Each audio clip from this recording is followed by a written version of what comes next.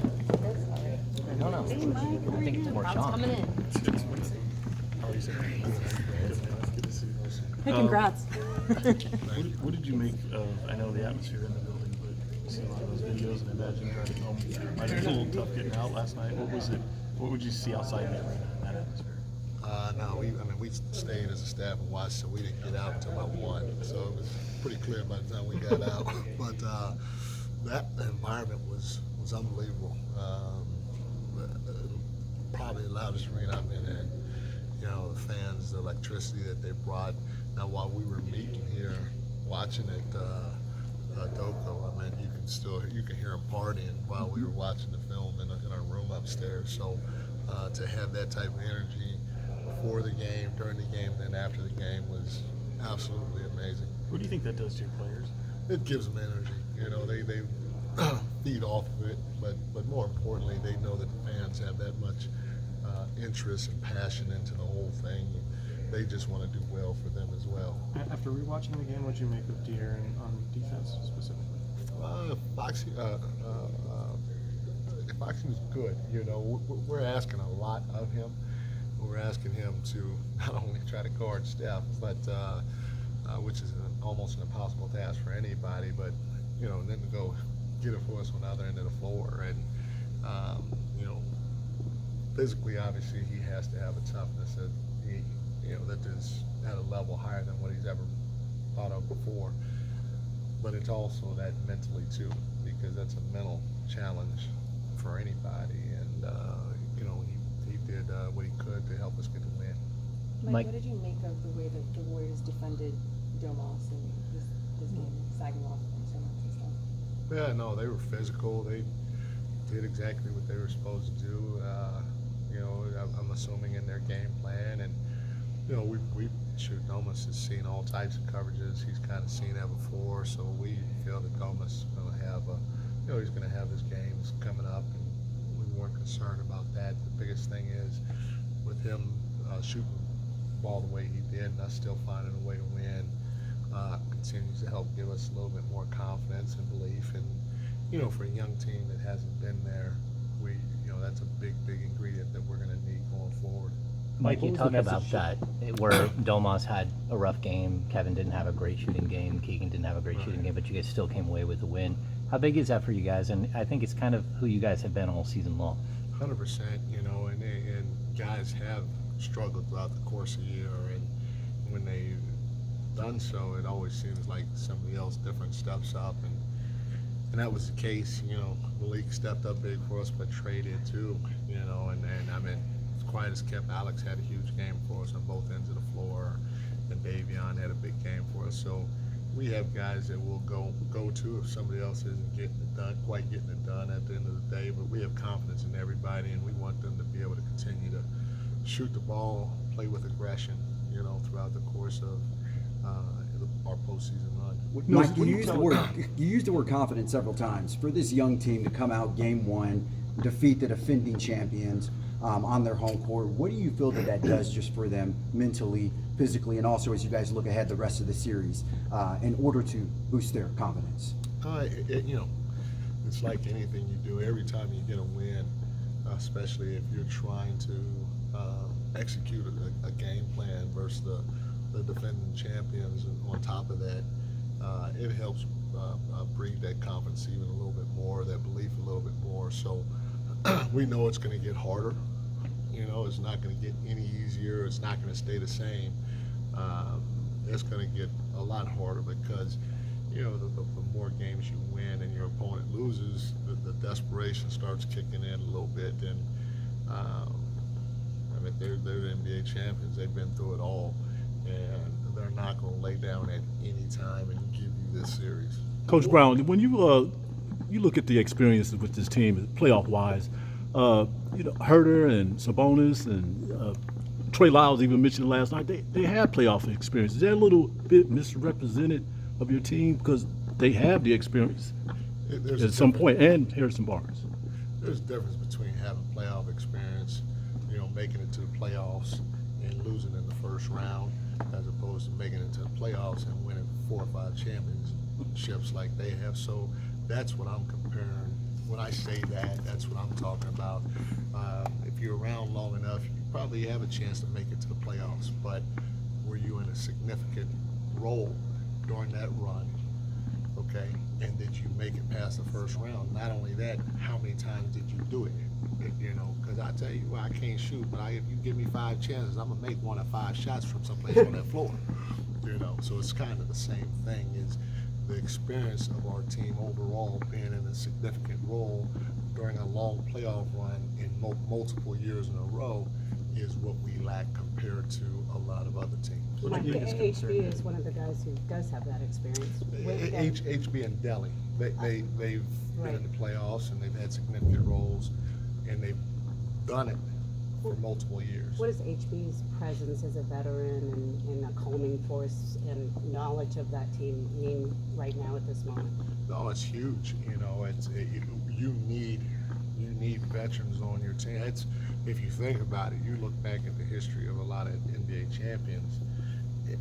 I don't even know if there's there's a team that has won it that doesn't have vets that have played at a high level for multiple years in a row. And HB is our guy that does that. You know, Delhi is our guy that does that. And so to have both those guys, as well as a guy like LB on our staff and Doug Christie on our staff and Bobby Jackson on our staff, every little bit helps because those guys have been in the playoffs for multiple years. They've made deep runs for multiple years, and they've been significant pieces on those playoff teams, if not championship teams, in LB, Delhi, and HB's case. So the knowledge that they can pass on to these guys, especially in dire situations or adverse situations, is huge, and how to respond and react to those. It's going to be key to us because, again, we don't have, at the end of the day, have the experience, and so we're going to have to go through it as a group for the first time. What's Mike, the you biggest were on the staff last year when the Warriors were down in the finals 2-1 to the Celtics. Just, well, what did you make of their resolve in that moment? And is that a message that you're communicating to this team, saying, hey, they've been down by more than game, obviously, in high leverage spots?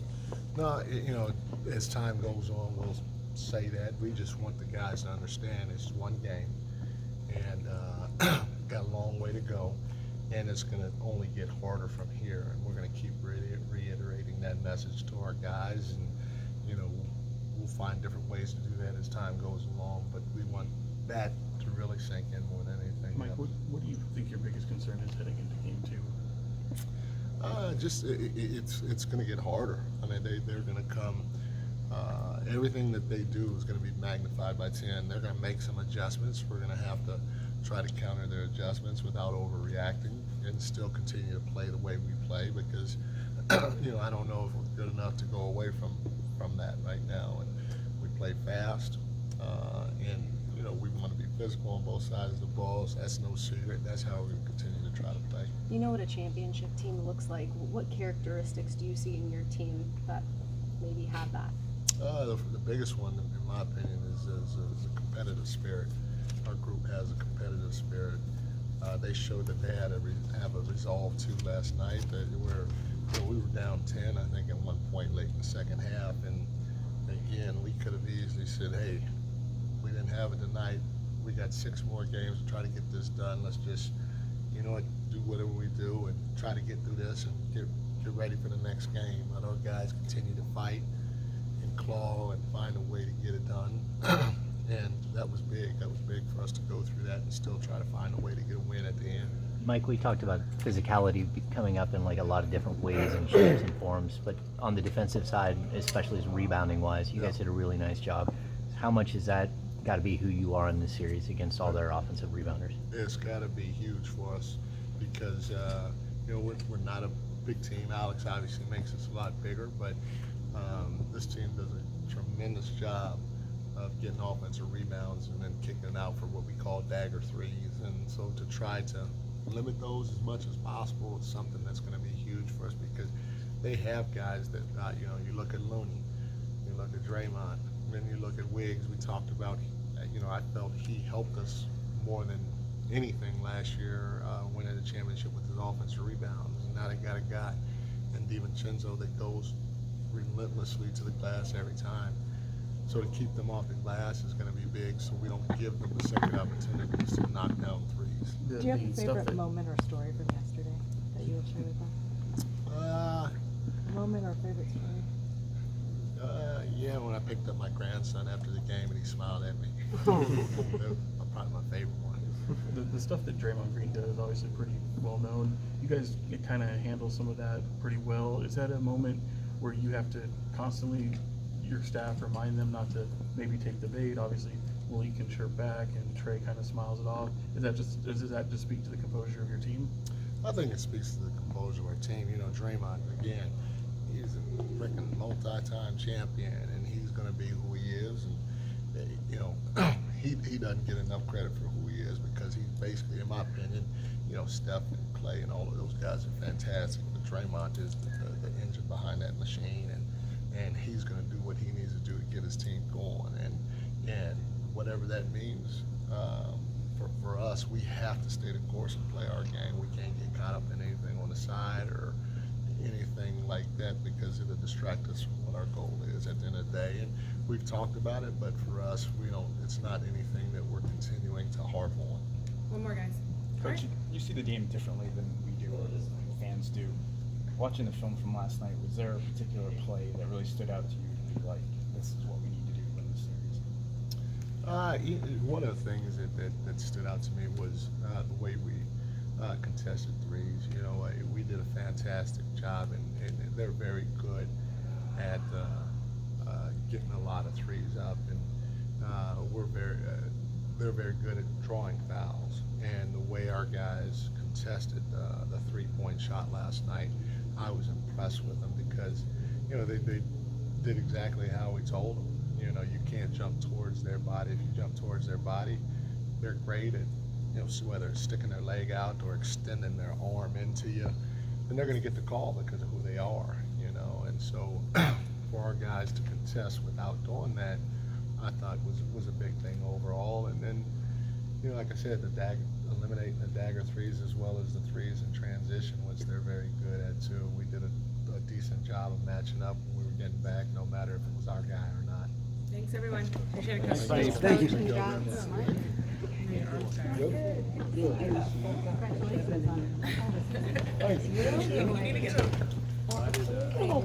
Thank you.